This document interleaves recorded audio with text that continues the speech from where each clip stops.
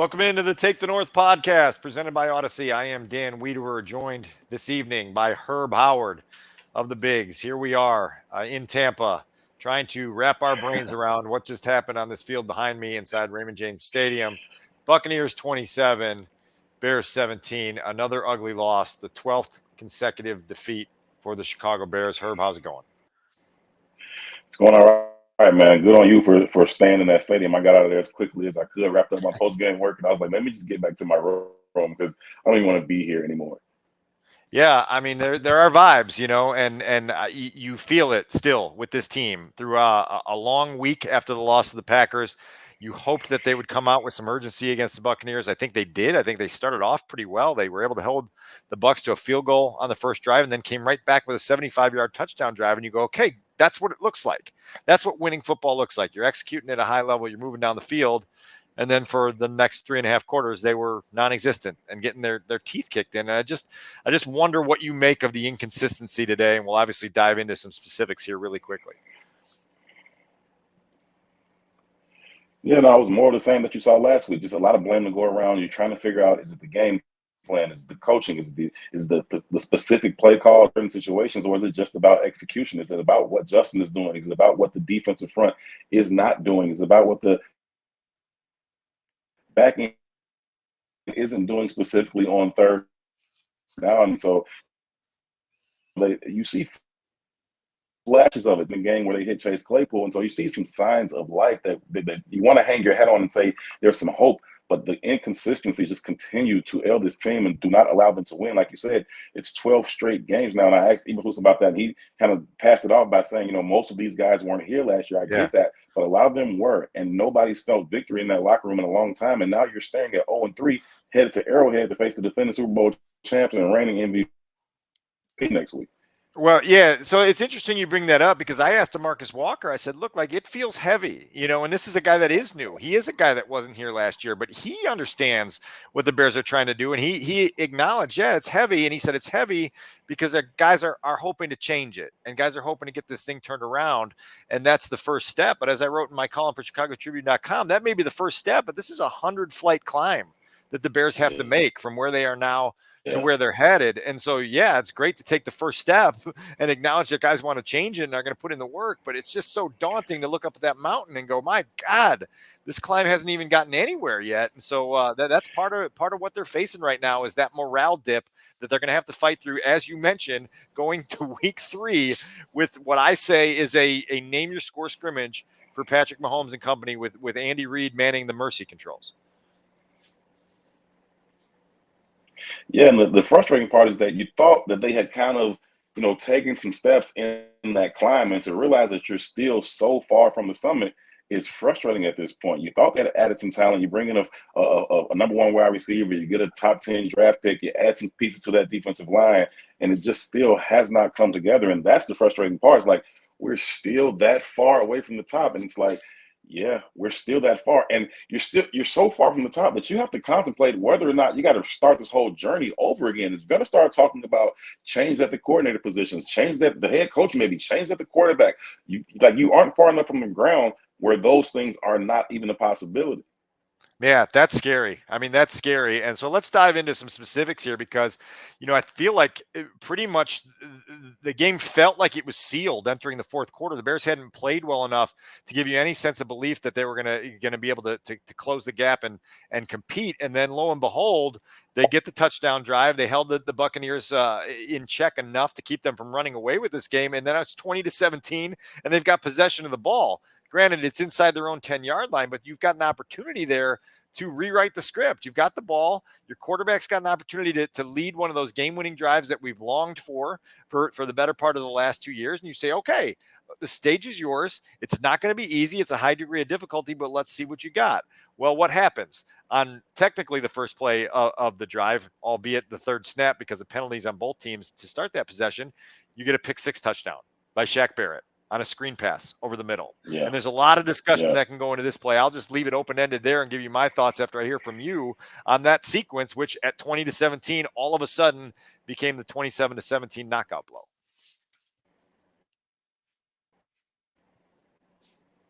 You know how many times you've seen, Rodgers in that situation. You've seen Tom Brady in that situation to get into position for the game-tying field goal or the game-winning touchdown. When the Bears took the field, in your heart, you hope, right? You hope that they can go down there and get it. But in your right mind, you didn't think they were going to go down there and put that either that field goal on the board and certainly not the touchdown, right? You could have been hoping for the field goal, but it just didn't happen. And so they get out there, and then the play calling comes into question. You run the screen, and then you run the screen again, and it's like, okay, enough of this, right? You get these defensive linemen, and they start to understand. They start to get a feel for it. This screen game, they say, wait, this doesn't feel right. Let me retrace my steps. And that's all Shaq Barrett did. It didn't feel right to him. He felt the screen coming, sniffed it out, retraced his steps, went back, and then he was athletic enough to get a one-hand pick, and then he's basically at his own goal line, at the goal line right there anyway. And so very nice play by him, but you didn't help him. You didn't help the situation out with the play calling. I don't put that on Justin. Is there something he could have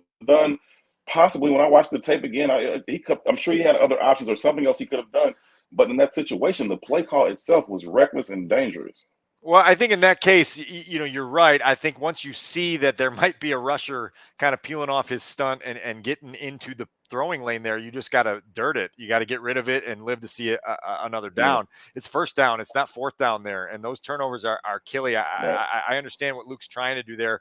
You're trying to get some space, right, to then launch into what you want to do in your 2-minute drill. And you don't want to leave what happened on the first snap of that drive, which was negated by a penalty. But Shaq Barrett comes off the edge, and now there's two guys in the end zone. They're pushing Justin out the back of the end zone. He knows he's got a free play, so he throws it up. It gets intercepted. It's just all a mess. And to your point, when that drive started, I don't think there was anyone in the stadium that said the Bears are going down to win this game. And that's the scariest part of it all. You mentioned it with the great teams and the great quarterbacks. You're like, okay, what is this going to be? And here you're like, is this going to be a turnover on downs, or is it going to be a turnover, or is it going to be a catastrophic turnover that ends in the end zone? And it was the last of those three options. The worst, right? And so like that's the scary part when that's kind of the mindset of everyone watching you, because we've seen it too often. And so that, that brings up the other question, because again, they get moving down the field on the first drive. They force feed DJ Moore a couple times. They hit him. The second completion to DJ Moore was one of the cooler plays of the game, in my opinion, from a Bears lens, because the blitz is coming and Khalil Herbert picks it up, and DJ's got a choice route, and DJ breaks the way he wants to break, and Justin reads it the way DJ read it, and they drill it for 31 yards. And you're like, okay, this is it. This is why DJ Moore is part of this team. This is why he's such a weapon. You get in the end zone there, and then all of a sudden you wait like an hour and a half of real time before you put together another drive that felt the same. They couldn't continue with any consistency. They got the one drive and then 6 drives of relatively, nothing, and then they get another good drive. And that's what's maddening about it. That's what allows you to say, wait, no, they could have it. They could have something here. This thing could come together. These weapons that we talked about, when you talk about DJ Moore and Chase Claypool and Darnell Mooney, who was, out injured for a lot of the game, but Cole Kmet and all these different pieces, you see these flashes and says, okay, this makes sense. I can see how this can work. And sometimes you see Justin read and deliver on time, in rhythm, with accuracy, and it gives you hope, but you just don't see it enough. You can't have it for 2 drives in a game. You need to have it more consistently. And it just did not work out for the Bears today. I gotta give a shout out to the punter from Tampa Bay. I'm blanking on his name right now, but he had a pretty good game. Yeah, not only did he have the booming punt that everybody was talking about when it went 80-something yards in the air into the end zone, but the punt that backed the Bears up on that game-deciding drive was key. That was a huge play in the game for him to land that punt the way he did. So those are game deciding moments, where you step up and you execute, and the Bears are on the wrong end of those too often. Jaquan Brisker admits in the locker room after the game, he's got an interception on the first possession of the afternoon, and it just falls out of his hands. There's a chance there to turn the game, to get momentum, to do the things that winning football teams do. DeMarcus Walker had Baker Mayfield in his grasp at one point, and Mayfield slithered out of it and completed a ball for 5 yards, but it's it's a difference of 15 yards in the box score, and it keeps a drive going. You look at all the opportunities the offense had to get going and then didn't. I know you asked in the post game about that drive before halftime, where you're on the move and you've got a chance to kind of put this thing in your clutches again. And there's a couple incompletions. There's a strip sack. The Bears are lucky to fall on it and squeeze the 3 points out of the drive, but there's always some sort of sloppy miscue that prevents them from getting rolling. Yeah, that particular set of plays, that may have been the worst 3 consecutive plays I've seen from Justin. I didn't like that at all. I mean, he comes back. The offensive line is actually giving him some protection on that drive. He doesn't see the receivers come open. Tyler Scott's open. DJ Moore's open. A little bit later, Roshan Johnson is open. He missed all those guys, then throws an incompletion, and he tries to come back on the next play, tries to hit Khalil Herbert in the flat, super inaccurate, throws that in the dirt. Then he comes back on the next play, he's indecisive again. Then he gets sloppy with his ball handling, strip sacked in the pocket, and it was like, dude, that's a big opportunity right there. You guys are going in right before the half. You can get a touchdown there, take the lead. You're getting the ball coming out of the half. I know Tampa Bay ultimately went down and got another field goal, but you don't know what happens there. If they get that touchdown, you're looking at a different situation, and you get the ball coming out of the half. And so those are the types of situations that you got to take advantage of. And I know, as fans and, just watching the game, we always kind of remember the last thing that happened in the game. But football games are won and swung on 5 or 6 given plays. And you never know. It could be the first play of the game. It could be the last play. I was on a podcast with Warren Sapp this morning before the game, and he was saying, man, it's going to come down to 5 or 6 plays in the game, and you just never know when they come. So you always have to be ready. It's not a small thing to drop a pick in the first quarter. It's not a small thing to not get a fumble recovery when it's available for you, right? The Tampa Bay Buccaneers had a ball pop out that bounced 20 yards across the field, past about 5 Bears. You guys don't see it often enough. Yeah, there's no question. We're going to bring in Adam Stadzinski in a minute because we're going to hand out our game balls from today, albeit reluctantly after this performance. So last thing I'll say before we do that is that Justin's pocket presence right now is lacking. It's lacking from the time he takes the snap and seems a little almost too nonchalant, not urgent enough with some of the things he's doing in his job. It's lacking when the clock in his head isn't ticking loud enough. There are a couple of those sacks today, Herb, where I'm audibly in the press box saying to Brad Biggs next to me, ball's got to be out. Ball's got to be out. Ball's got to be out. And then the sacker comes, and that's just playing NFL quarterback at this point. You're in year 3. You got to know what time you have. You've got to feel where that rush is coming from. That's an instinct thing that just isn't clicking in for Justin right now. And it's problematic because, again, 6 more sacks today, 4 of those in the first half. It takes your rhythm. It takes your rhythm away. It takes your offense off schedule, and you just don't recover. You don't. You gotta have that internal clock as a quarterback in the league. You got to have that pocket presence and that awareness that just says, I've been back here a little bit long. I don't feel safe. Somebody's coming from around me. You got to be able to feel those things. And right now, he's just not feeling it. I don't know if he's in his own head. I don't know if he's worried about making mistakes. I don't know if he's, too specifically focused on each little detail of his mechanics, because you can't play the position that way because you're going to be late. You got to just trust in those things. You got to trust what you're seeing. Let that ball rip. And even on some of the completions, you go back to the one last week where he actually rolled out to the right and hit Mooney. He's late on that. If he hits Mooney when he's supposed to hit him, that's a big play touchdown down the sideline. And so it's just about being on time, being in rhythm, trusting what you're seeing. And I just don't think that he trusts what he's seeing right now. I don't know that his eyes are married to his feet in a way that allows him to do it kind of second nature. It seems like he's thinking about every single aspect of his job right now. And at this point, some of it should be, a little bit. I promise you, if I'm yelling, get it out, get it out, get it out, the general manager, wherever he was watching the game from today, was yelling, get it out, get it out, get it out. He's doing the most important evaluation of this quarterback right now. He's got a lot more to evaluate than just the quarterback, and we'll get into a little bit of that in a minute. But let's bring in Adam Stadzinski, our producer right now, and we'll hand out a couple game balls. I told Studs he could be the first one to hand out a game ball, and I know, again, we're going to do this reluctantly because the Bears got beat by double digits once again, and there probably aren't 3 guys that deserve them. Yeah, it's all problematic right now. I'm just gonna go with DJ Moore, 6 catches, 104 yards. Like, at some point they got to figure out just throw that guy the ball and good things happen. And at some point you got to say to Justin, man, just throw him the ball. Like, just throw him the ball and good things are gonna happen. Every time they have thrown him the ball this season, good things have happened. So he's doing his job right now. So DJ Moore gets my game ball.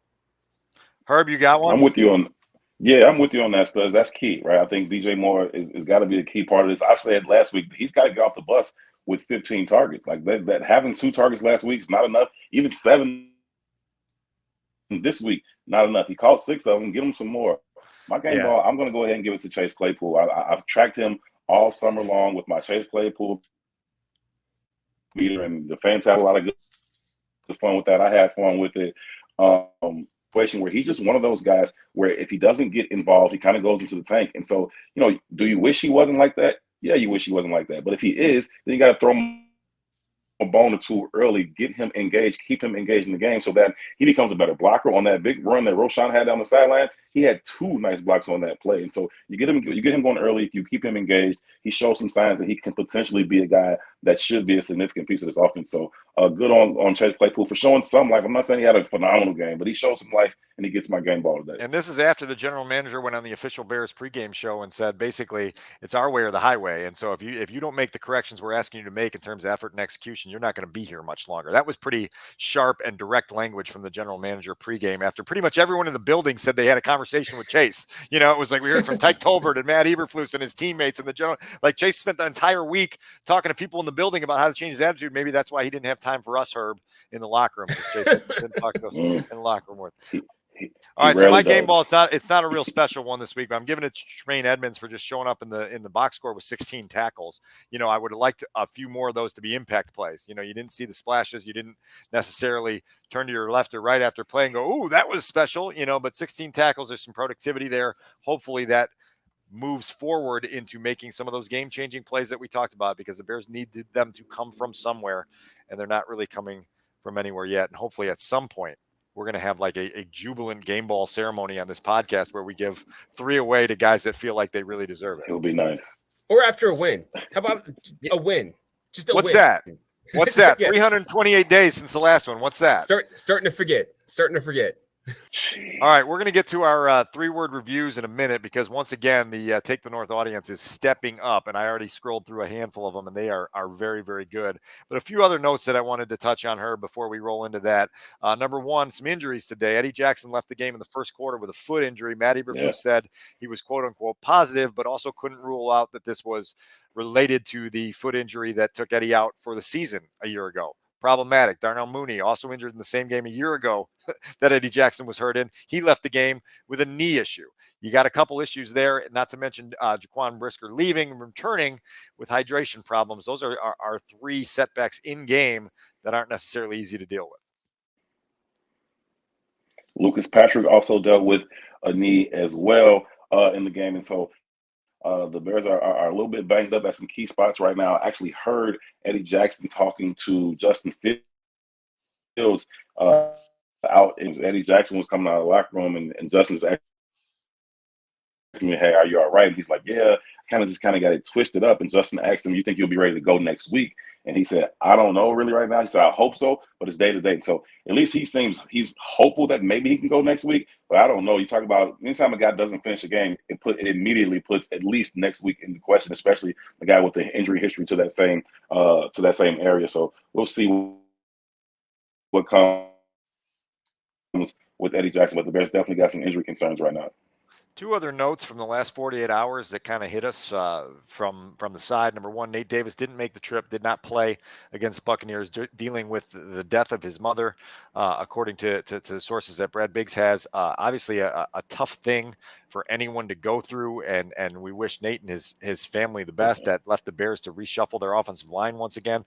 To Ja'Tyre Carter's credit, I didn't notice him today, and I say that in a good way. You know, he wasn't getting beat consistently. He didn't look like a weak link, and I said going into the game that was the case during training camp as well. We obviously saw a ton of time during training camp with Nate Davis out during those practices in August. And so Ja'Tyre Carter has met his opportunity and done something with it, which is a good thing to see. Alan Williams, Herb, we learned on Friday he's been away from the team for several days due to a quote-unquote personal matter, and he was not here, and Matt Eberflus took over defensive play calling duties. Matt Eberflus, after the game today, would not clarify a possible timetable for Alan Williams' return to the team, which was attention catching, I guess is the best way to say it. And then also said, when asked directly if Alan Williams would resume play calling when Alan Williams comes back, said, "We'll cross that bridge when we get there." Well, whoa, how did we get there so quick? Yeah, I was wondering about that coming into this game, and just the idea of if the Bears had really played well defensively today. I wouldn't say that they did that, but the idea if they had come in here and got a couple of turnovers and held that offense, relatively in check, I didn't think there was a way that he could give play calling back to Alan Williams. That didn't happen, but he still was non-committal about whether or not Alan Williams would go back to being the play caller when indeed he does, if indeed he does return, because he's also non-committal about that as well, just like you said. So definitely some very, very interesting thing in there. Again, that's a tough thing for anybody to deal with, and hopefully he can get back here and get his mind focused on football, because the Bears need him. The Bears need to get that offensive line together. But I'm with you on the Ja'Tyre Carter thing. He had a really, really good summer, and the possibility of maybe sliding him into the other guard spot and then getting Cody to the center, if that's what you think is the best combination. So, listen, Lucas Patrick, and you had Feeney in there today. I think that Ja'Tyre Carter may deserve an opportunity until you can get Tevin back. Yeah, Dan Feeney's first snap in an emergency duty went wide to Justin Fields, and you're just like, yeah, this is par for the course here right now. And man, there's just too many TBD things. Let's get into 3-word reviews. I promise you that our audience is on point as usual. You can check these out on my Twitter account, at the Take the North Pod Twitter account. At Andrew Raphael delivers a popular sentiment. He says he's not it.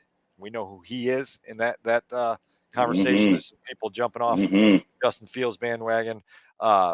We got to have some patience here. That one's from Chi-Town Bucky. That's an interesting one. I don't think that sentiment is universally shared from a fan base that has sat through 328 days of losing. C. Maury Hartman drops worst fears confirmed. I think that is another popular sentiment from people that say, man, not only are we still at the bottom of the barrel, but we might be searching for a quarterback soon, which brings us to a couple of these here. Crash for Caleb. We're in week 2 for Herb, and we got our first crash for Caleb. That's from at the Dolomite 79. That one's there. FML, that one come down a couple different times. People giving that popular sentiment that we can't read on here. Dennis Green's right. I like that one from Brian Ormond, because the Bears are who we thought they were, just in a different way, right? Where is Williams? That touched on the Ellen Williams saga. That one comes from Alan Rubin. I'm losing hope. That's from at GV Runner. I think you are not alone with the hope loss there.